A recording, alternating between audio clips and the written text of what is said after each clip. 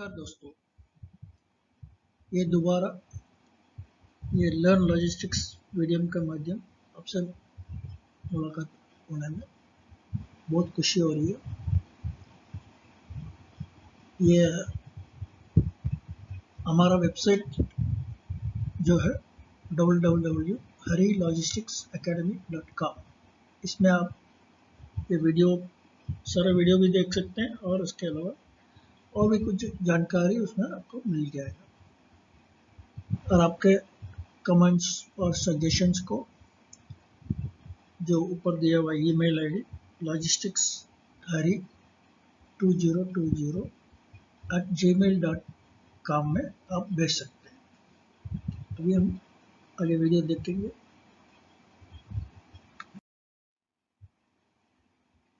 ये rail transport बहुत important है, जो हमारा ट्रांसपोर्ट के मोड पे ये रेल ट्रांसपोर्ट जो कहते हैं ट्रेन ट्रांसपोर्ट, इसका मतलब है ये पैसेंजर को और गुड्स को ये wheeled vehicles running on rails जो बोलते हैं, जो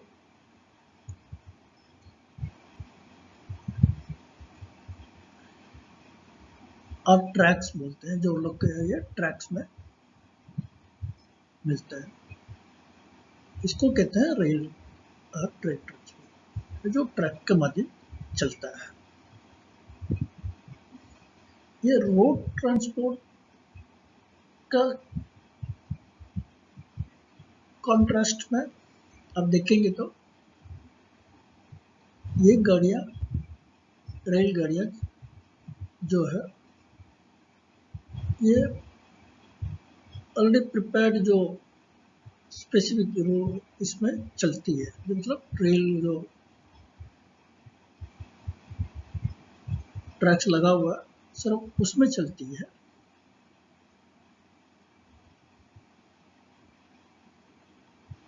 एंड वो सीधा एक ही रास्ते में सीधा जाएगा। ये रेलगाड़ियाँ पहले 19वीं सेंचुरी में इन्वेंट किया गया था और जल्दी में ये रेल ट्रांसपोर्ट बहुत एक्सपेंशन हो गया। इसका वेस्टर्न वर्ल्ड जो बोलते हैं, जो यूरोपियन कंट्रीज, अमेरिका, ऐसे कंट्रियों में, और ये बहुत बड़ा रोल प्ले किया लॉजिस्टिक्स में।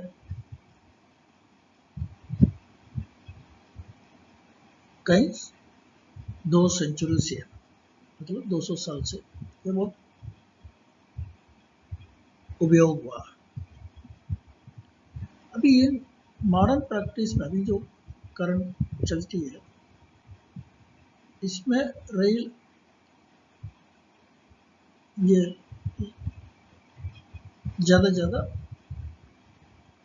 ये बहुत बड़ा माल, मतलब लार्जेस्ट बोलते हैं, और हेवीएस्ट पेलोड बोलते हैं, इसको बल्क कार्गो बोलते हैं। इसमें बहुत काम आती है, इसमें ज़्यादा चलती है और ये कई दूर दूर तक चलती है। ये रेलवे का इंफ्रास्ट्रक्चर जो है ये ज़्यादा कनेक्ट करती है बड़े सिटियों के बीच में, और छोटे छोटे जो जगह मतलब ज़्यादा पॉपुलर नहीं है वहाँ के बीच में भी चलती है। ये रेल माध्यम जो है ये लॉन्ग डिस्टेंस के लिए और क्रॉस कंट्री बोलते हैं, जो दोनों देश के बीच में ये ज़्यादा चलती है। ये इंडियन रेलवे सिस्टम जो है ये वर्ल्ड में बहुत बड़ा ट्रांसपोर्टेशन माध्यम है और बहुत बड़ा लॉजिस्टिक्स नेटवर्क है। क्योंकि हमारा जो देश में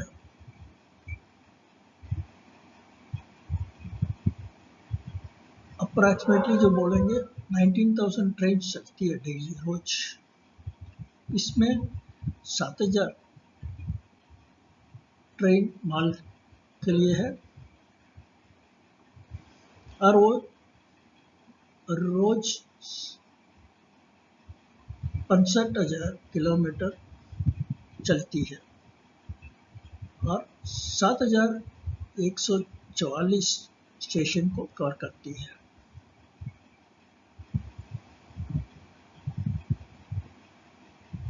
इसलिए इसको एक लाइफलाइन के जैसे हमारा देश में चलती है। ये पैसेंजर के लिए भी और माल ले जाने के लिए भी, दोनों के लिए बहुत बड़ा महत्वपूर्ण काम करती है भारत देश में। ये रेलवे जो काम करती है, ये सर्विस सेवा, लोगों को सेवा करने के लिए काम करती है और ये हमारे देश में इकोनॉमिक डेवलपमेंट और कंट्री के अंदर शांतिपूर्ण और एक दूसरे से जोड़ने के लिए बहुत बड़ा रोल करती है।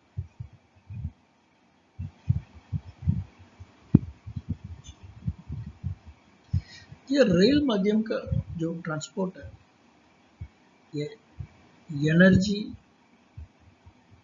सेविंग के लिए भी और कॉस्ट एफिशिएंसी, इस इकोनॉमिक मोड ऑफ कन्वेंस जो बोलते हैं, मतलब पैसा बहुत कम खर्चा होता है इसमें हमारा देश में,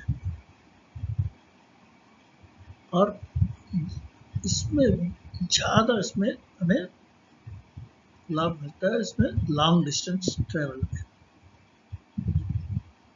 और बहुत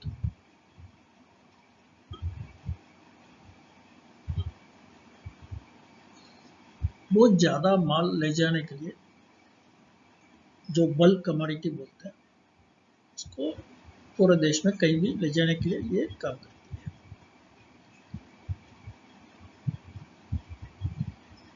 ये हमारा देश में इंडियन रेलवे का बहुत बड़ा गर्व है, इसलिए क्योंकि वर्ल्ड में जो बहुत बड़ा 4 रेलवे नेटवर्क है, जिसमें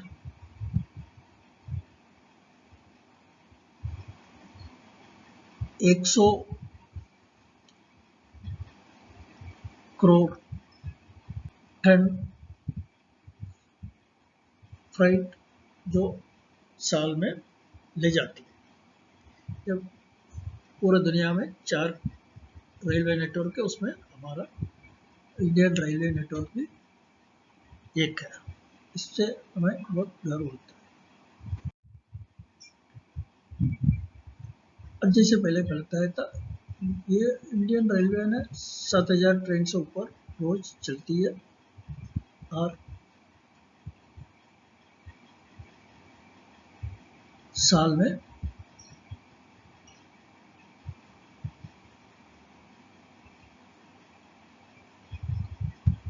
1,23,00,000 टन माल ले जाती है।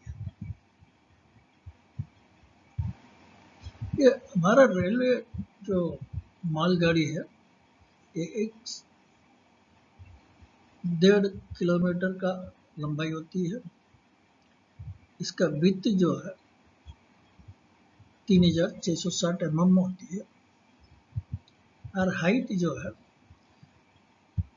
7 मीटर 100 mm हाइट होती है। और यही दुनिया में इस स्पेसिफिकेशन से चलने वाला गाड़ी सिर्फ हमारा इंडिया में है।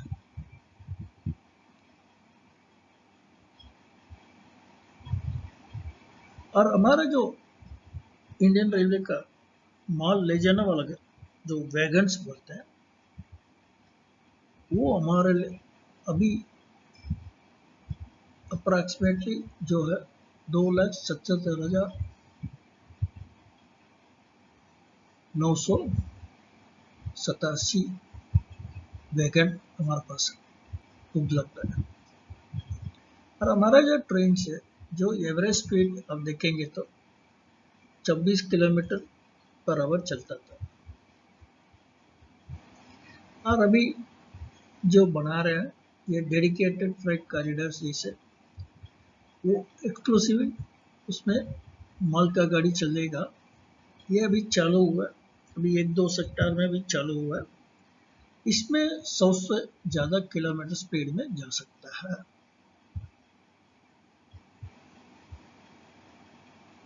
और ये मालगाड़ी के लिए ज़्यादा हमारा ब्रॉडगेज ट्रेन ही चलता है, ब्रॉडगेज लाइन में। और 100% इसमें फ्राइट उसी में से हमें मिलता है। और हमारा जो इंजन है इसको लोकोमोटिव बोलते हैं। ये WAG-9 करके है, ये हमारा ज़्यादा यूज़ होती है। ये बहुत पावरफुल मालगाड़ी इंजन है। और WAG-12 करके नया जो इलेक्ट्रिक इंजन है, ये अभी इंडियन रेल में चलना शुरू हुआ। इसका पावर बहुत ज़्यादा है, 12,000 HP पावर होता है।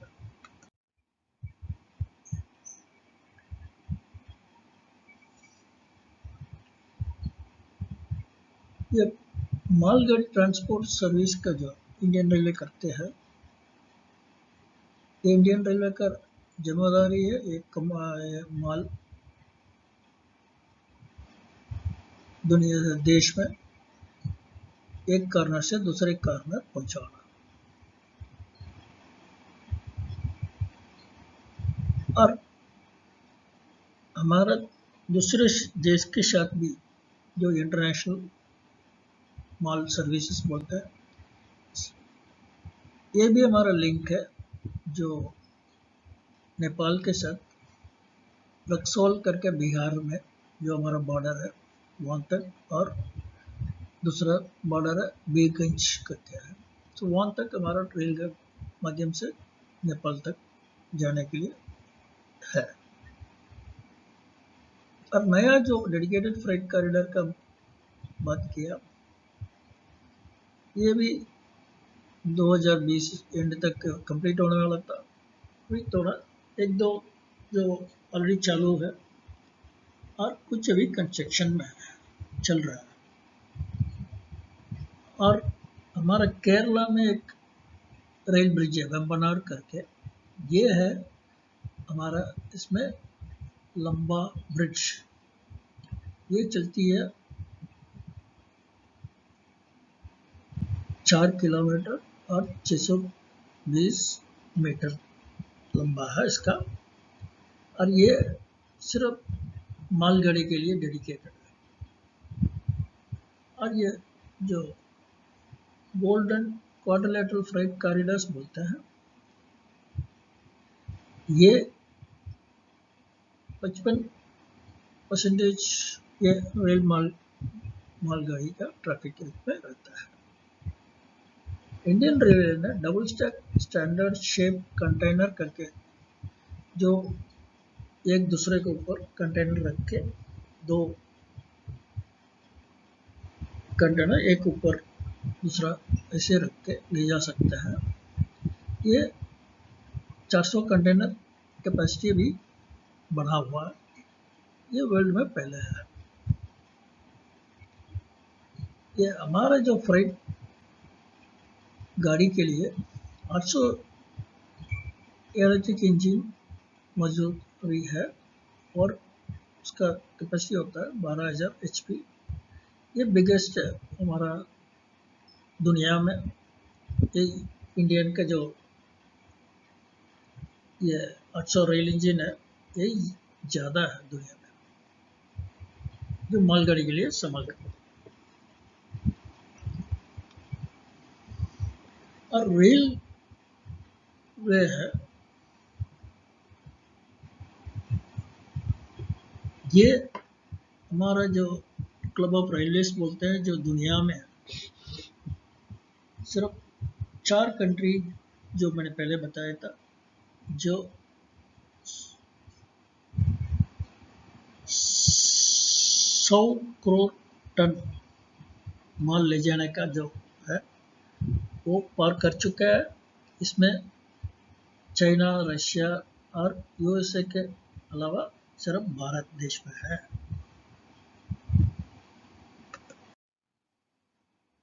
और ये डेडिकेटेड कॉरिडोर, फ्रेट कॉरिडोर के बारे में हमने बात किया। ये अभी जो है अमृतसर कोलकाता ये कनेक्ट करती है, इसका भी काम चल रहा है।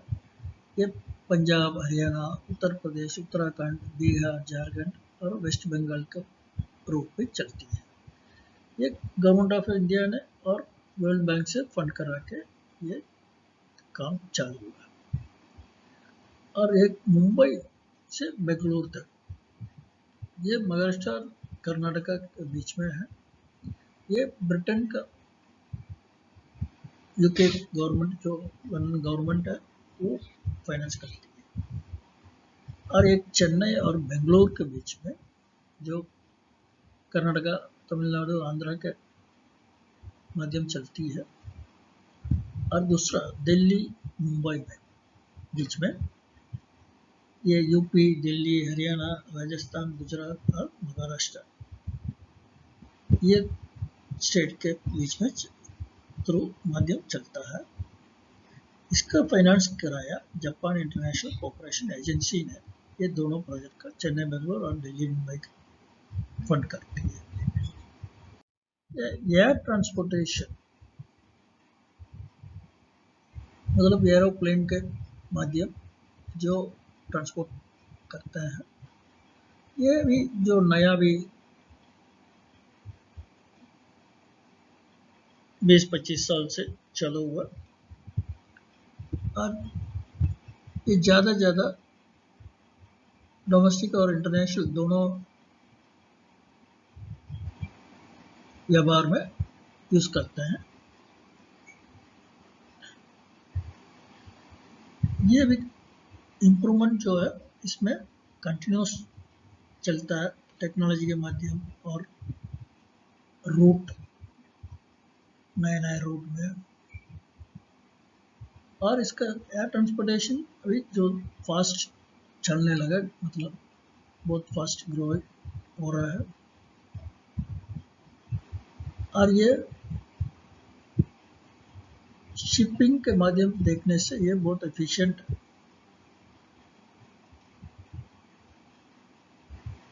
इसलिए अभी ज़्यादा कंपनियां जैसे अमेज़न है, DHL है, फर्स्ट फ्लाइट है, UPS है, ये सब अपना फ्लाइट खरीद के ये चलाते हैं। और अभी ज़्यादा और भी कंपनियां अपने खुद फ्लाइट खरीद के माल ले जाने के लिए अभी बहुत अच्छा ये ग्रो हो रहा है। ये एयर कार्गो इंडस्ट्री जो बोलते हैं, माल ले जाने वाला विमान, ये एक इंडस्ट्रियल सप्लाई चेन को कनेक्ट करती है। ये एयरलाइंस है, कस्टम्स है, ग्राउंड सर्विसेज मतलब जो प्लेन आके उतरना, उसका देखभाल करना, वो सब जो है। और उसके अलावा एयर कार्गो फॉरवर्डर्स बोलते हैं, जो माल को एयरपोर्ट से बाहर ले जाने के लिए और अंदर लेके आने के लिए ये जो लोग होता है। और ब्रोकर्स है, और डोमेस्टिक ट्रांसपोर्टेशन और एयर कार्गो टर्मिनल्स जो बोलते हैं। इसके अलावा डिस्ट्रीब्यूशन सेंटर्स है और इंटीग्रेटेड इंटरनेशनल एक्सप्रेस सर्विसेज जो बोलते हैं, ये सब मिला के एक सप्लाई चेन, बहुत बड़ा सप्लाई चेन बन गया एयर कार्गो का।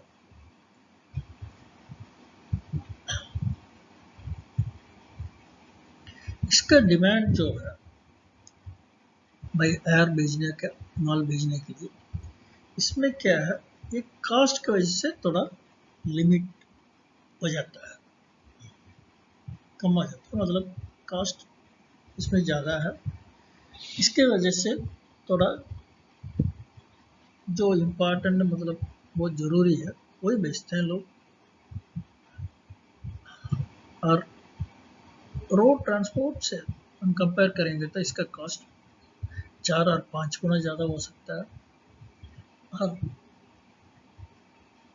सी के माध्यम, मतलब जो शिप का ट्रांसपोर्ट है एक देश से दूसरे देश ले जाने का, उसका माध्यम आप देखेंगे तो 12 से 16 गुना ज़्यादा आता है। एक कंट्री और देश, एक देश से दूसरे देश का, इसका जो वैल्यू जो हमने बताया, ये डिफरेंस हो सकता है। और सीजन के ऊपर भी रेट्स डिपेंड करता है। और एक प्रोडक्ट से और दूसरे प्रोडक्ट से भी इसका रेट डिफरेंट होता है, और वॉल्यूम की वजह से भी ये रेट से डिफरेंस होता है। और इसमें जो माल गाड़ी में शिप करते हैं, एयर, मतलब एयर बाय एयर, ये ज़्यादा इसको हाई वैल्यू पर यूनिट जो बोलते हैं, नहीं तो ये बहुत ज़रूरी माल है जो टाइम पे पहुंचाना है, ऐसे माल ज़्यादा इसमें बेचते हैं। इसका जो एग्जांपल है, जैसे डॉक्यूमेंट्स है, फार्मास्यूटिकल मतलब जो दवाइयाँ हैं, और फैशन गारमेंट्स, और प्रोडक्शन सैंपल जो होता है, जो कोई भी माल जो बनाया नया, उसका सैंपल भेजना है, तो ये सब ज़्यादा यूज़ करते हैं। और इलेक्ट्रॉनिक्स, कंज्यूमर गुड्स, ये बहुत ज़्यादा यूज़ करते हैं। और ये एग्रीकल्चरल जो कृषि केंद्र में पेरिशेबल जो बोलते हैं, ये फ्रूट्स और ये सब ज़्यादा बेचते हैं। और सी फूड जो बोलते हैं, मछली का, और दूसरे से जो समुद्र से में मिलता है, वो बेचने में ये ज़्यादा यूज होता है।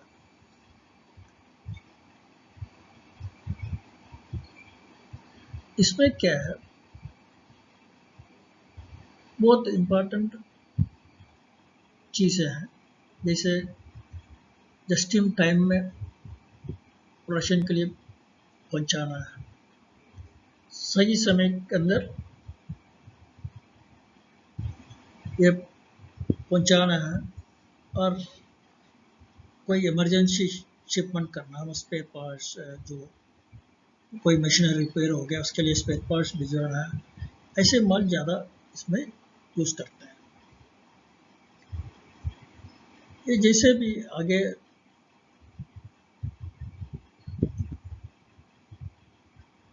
ये बाई एयर भेजना का वॉल्यूम जो ज़्यादा होगा, उसके वजह से उसको भी वजह से नेचुरली वो प्रोग्रेशन जो बोलते हैं, या पैसेंजर एयरक्राफ्ट से ज़्यादा कार्गो एयरक्राफ्ट चलने लगेगा, इंक्रीज हो जाएगा। और अल्टीमेटली वो कार्गो फ्लाइट्स भी जैसे पैसेंजर फ्लाइट जैसे टाइम पे कुछ पर्टिकुलर सर्विसेज चालू होने का उम्मीद है।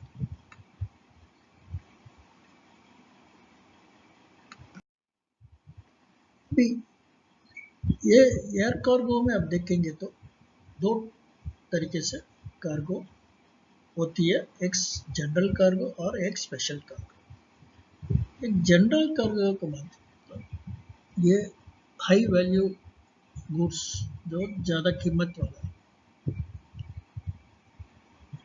माल है, जैसे इलेक्ट्रॉनिक आइटम है, नहीं तो अपना ज्वेलरी है, क्योंकि आजकल डायमंड भी विदेशी से यहाँ बेचवा के उसको सही तरीके से उसको बना के वापस भेजते हैं, इसलिए ज्वेलरी भी इसमें है। और उसके अलावा फार्मास्यूटिकल्स जो दवाई के लिए यूज ज़्यादा होती है, इसको जनरल कार्गो बोलते हैं। ये एयर शिपिंग सो पहले बताया था, ये सी में समुद्र में जो शिप में भेजने से ज़्यादा कास्ट इसका ज़्यादा होती है, मगर इसमें जो हाई मार्जिन मतलब ज़्यादा प्रॉफिट मिलेगा तो लोग इसमें भेजेंगे, क्योंकि जल्दी पहुंचाएगा। और इसके अलावा ये इलेक्ट्रॉनिक गुड्स जो है ये टूटने का बहुत चांसेस है, इसको फ्रेजाइल कार्गो बोलते हैं, जो तोड़ने का टूट जाने का बहुत रिस्क रहता है। ऐसे माल इसमें ज़्यादा भेजते हैं, इसमें भेजने से थोड़ा सेफ्टी रहता है। और इसके अलावा एक स्पेशल कार्गो जो बोलते हैं, ये है स्पेशल कंडीशंस उसमें रहना पड़ता है जो माल भेजने के लिए, जैसे टेम्परेचर मेंटेन करना है, एयर कंडीशन होना चाहिए, और कोई उसको फायर से और कोई इसको लाइफ स्टॉक जो बोलते हैं, जो गाय है ये कट जाएगा, ये तो नहीं तो खा जाएगा, ऐसी चीज़ें में प्रोटेक्ट करके भेजने के लिए ये बहुत ज़्यादा यूज़ होता है। इसमें क्या भेज नहीं सकते, इसमें क्या नहीं भेज सकते हैं, इसका कई माल ऐसे जो यूनाइटेड नेशन जो बोलते हैं, उन्होंने डेंजरस गुड्स करके ये लिस्ट बना रखे हैं। सो वो लिस्ट वाला जो गाड़ी माल है बेच नहीं सकते। उसके अलावा लिथियम आयन बैटरी जो बोलते हैं, लिथियम बैटरीज वो नहीं बेच पाएंगे। और पावर सप्लाई और पावर बैंक जो बोलते हैं वो नहीं बेच पाएंगे, क्योंकि इसलिए पावर बैंक ले जा नहीं सकता इसमें। और इलीगल गुड्स जो बोलते हैं, जो सरकारी कानून के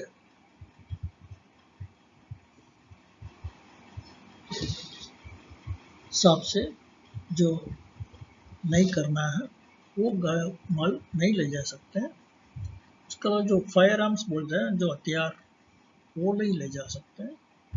और फ्लेमेबल सब्सटेंसेस मतलब जो पेट्रोल है, केरोसिन है, ऐसी जो जल्दी फायर हो जाता है वो माल नहीं ले जा सकते हैं। उसके अलावा एक्सप्लोसिव जो बोलते हैं, जिसकी वजह से पटक हो सकता है, बम जैसे ये है, वो सब नहीं ले जा सकते हैं। और केमिकल, बायोकेमिकल जो बोलते हैं, जल्दी फायर हो सकता है, वो नहीं ले जा सकता।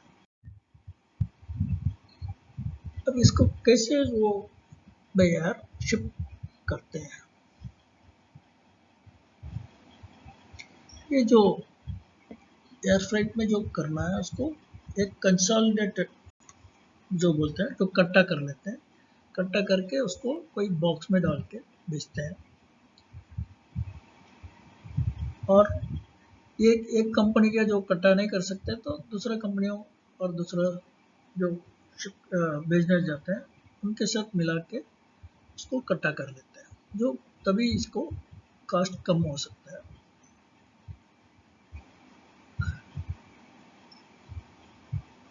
इसलिए वो कट्टा दूसरे के साथ मिला के इकट्ठा करने में थोड़ा टाइम लग सकता है, ये एक इसमें प्रॉब्लम रहता है, मतलब दूसरों से इकट्ठा करने में थोड़ा टाइम लग जाता है। ये कभी भी भेजना है तो इसको मास्टर ए वेयर बिल करते बोलते हैं, जो एयरलाइन कंपनी वाला देते हैं, इसमें क्या माल कैसे कितना क्वांटिटी क्या बेचते हैं करके वो लिख के जो देते हैं उसको मास्टर एयरवे बिल करते हैं। ये बहुत ज़रूरी है, उसके अलावा कोई एक्सेप्ट नहीं करेंगे। जो भी एयरलाइन है और ऑथराइज्ड एजेंट है वो ये दे सकते हैं जो मास्टर एयरवे बिल। ये एविडेंस हो जाता है हमारे लिए जो एयरलाइन वाला हमारे साथ जो कॉन्ट्रैक्ट किया ये ले जाने के लिए, इतना रुपया में इतना ये माल ले जाता है करके, वो पूरा कॉन्ट्रैक्ट जैसा है। ये जो शिप में जो बेचते हैं सागर के माध्यम, उसमें इशू करते हैं बिल ऑफ लेडिंग करके, ये उसी का इक्वल है। चेमसी से एयर में, इसको एयर मास्टर वे बिल कहते हैं। ये एयर फ्राइट कॉस्ट और प्राइसिंग कैसे होता है, बस जैसे एयर फ्राइट प्राइसिंग है कैलकुलेटर, इसमें 3 फैक्टर से कैलकुलेट किया जाता है। एक तो कौन सा माल आप भेज रहे हैं और उस टाइप का, मतलब साइज है, वेट है, और कोई स्पेसिफिक रिक्वायरमेंट है, स्पेशल कार्गो के लिए स्पेसिफिक रिक्वायरमेंट है, जैसे इतना टेम्परेचर में रहना है, नहीं तो इतना इसमें रहना है, फ्रेजाइल मतलब जो टूट सकता है, ऐसे कोई स्पेशल केसेस है, उस हिसाब से उसको फ्लाइट फिक्स किया जाता है, रेट फिक्स किया जाता है। और एक दूसरा है जो कहाँ पे पहुंचना है, कहाँ से कहाँ तक पहुंचना है, उस हिसाब से भी ये लोकल है, इंटरनेशनल है, उस हिसाब से कौन सा एयरपोर्ट है। कई जगह एयरपोर्ट के वजह से भी थोड़ा डिफर हो जाता है, इसलिए इसके माध्यम भी फ्लाइट फिक्स होता है। और स्पीड कितना समय पे पहुंचाना है, उस हिसाब से थोड़ा फ्लाइट डिफरेंस हो जाता है, क्योंकि इमरजेंसी है, जल्दी पहुंचना है तो फ्लाइट ज़्यादा होगा।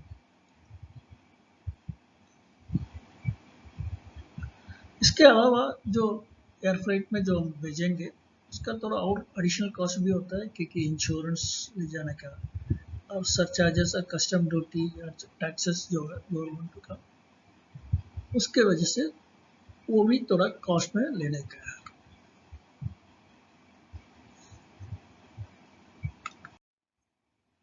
और ये कंक्लूजन में देखते हैं, अभी रेल ट्रांसपोर्टेशन देखा हमने या ट्रांसपोर्टेशन देखा। ये रेल ट्रांसपोर्टेशन में ये रेल जो है, ये जैसे रास्ता में जो ट्रैफिक हो जाता है और ये उसके वजह से डिले हो जाता है, वो चीज़ उसमें नहीं है, क्योंकि वो स्पेसिफिक ट्रैक में ही चलना है, तो इसलिए इसमें ज़्यादा ट्रैफिक का प्रॉब्लम नहीं रहता है। मतलब सिर्फ ट्रेन के लिए है, दूसरा कोई गाड़ी आ नहीं सकता है। और उसके अलावा कोई पॉइंट ऑफ डाइवर्शन, कई जगह डाइवर्शन हो जाता है, जो रास्ते में आप जाएंगे तो कई जगह रास्तों को खोदा होगा, नहीं तो कोई दूसरा चीज़ के लिए ब्लॉक करके दूसरा डायरेक्शन भेज देते हैं, ऐसे ट्रेन में नहीं भेज सकते हैं। इसकी वजह से वो कोई डिले होने का चांसेस बहुत कम है। और ये एक दूसरे से दूसरा मोड़ पे जाना है, जैसे रास्ते में जाएंगे तो आपको शायद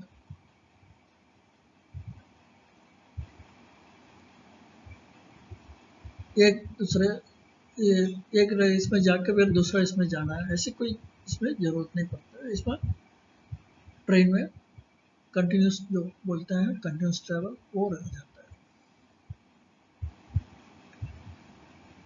इसकी वजह से ये रेलवे को बहुत ज़्यादा डिपेंडेबल कर सकते हैं,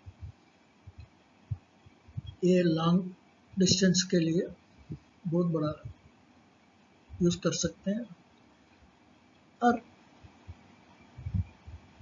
एक जगह से दूसरा जगह कहीं भी ले जा सकते हैं, मगर मिनिमम डैमेज होता है, इसमें डैमेज का कोई ज़्यादा चांसेस नहीं है,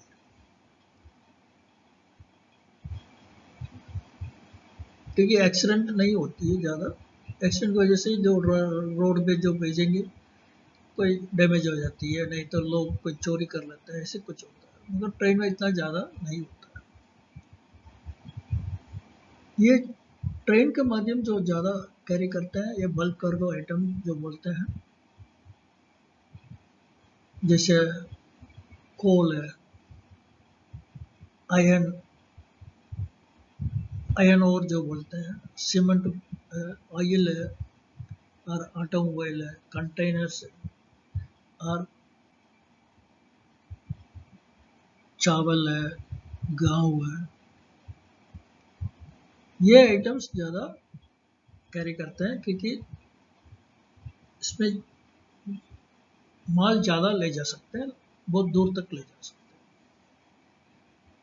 और दूसरे एयरपोर्ट एयर ट्रांसपोर्टेशन जो बोलते हैं, इसमें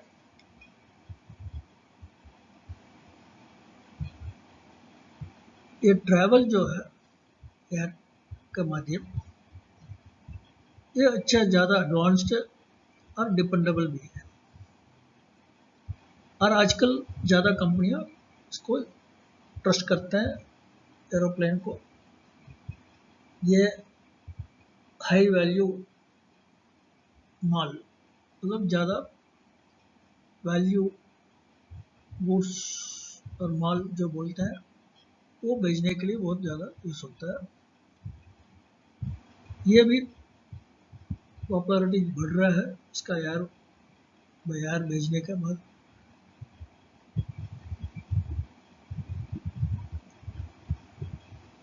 और इसको बाय एयर भेजने से बहुत कन्वीनियंट हो जाता है, और रेगुलरली छोटे छोटे माल भी भेज सकते हैं, क्योंकि छोटे माल तो पैसेंजर प्लेन में भी भेज सकते हैं। ये नहीं है कि कार्गो प्लेन में भेजना है, उसको पैसेंजर प्लेन में भी भेज देते हैं छोटे छोटे माल को। बड़े माल को कार्गो प्लेन में भेजना पड़ेगा। और अभी आजकल वो भी थोड़ा बहुत इकोनॉमिक वे में हो जाता है, क्योंकि पैसेंजर प्लेन में माल के लिए भी यूज़ करने से थोड़ा इकोनॉमिक, मतलब प्राइस भी कम हो सकता है। इसमें ड्रॉबैक्स भी है, मतलब जो दिक्कत भी होती है एयर ट्रांसपोर्ट में। अभी जो प्रेजेंट कंडीशन में इसमें ज़्यादा दिक्कत भी है, फिर भी इसमें ज़्यादा एडवांटेज भी है। क्या है, इसमें most expensive way to ship करते बोलते हैं, मतलब इसका रेट जो है बहुत ज़्यादा है। और इसमें वेट, जो वॉल्यूम है, मतलब जो माल का कितना माल बेच सकते हैं, कितना वजन बेच सकते हैं, ये सब थोड़ा लिमिट हो जाता है, क्योंकि मिनिमम ही बेच सकते हैं, क्योंकि ज़्यादा वेट कैरी नहीं कर सकते हैं, और इसका रेट भी ज़्यादा वजह थोड़ा लिमिट हो जाता है। और इसके जो पोल्यूशन जो होती है, वो भी थोड़ा दूसरे से ज़्यादा ही है एयर में। धन्यवाद।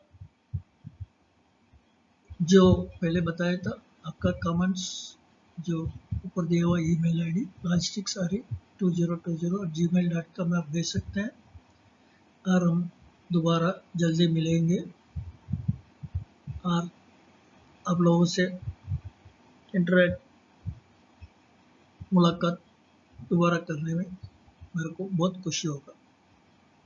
और आप इस YouTube चैनल को सब्सक्राइब कर लेंगे तो आपको नोटिफिकेशन ऑटोमेटिकली आ जाएगा, तब भी हम वीडियो डालेंगे आपको यूज़ हो जाएगा।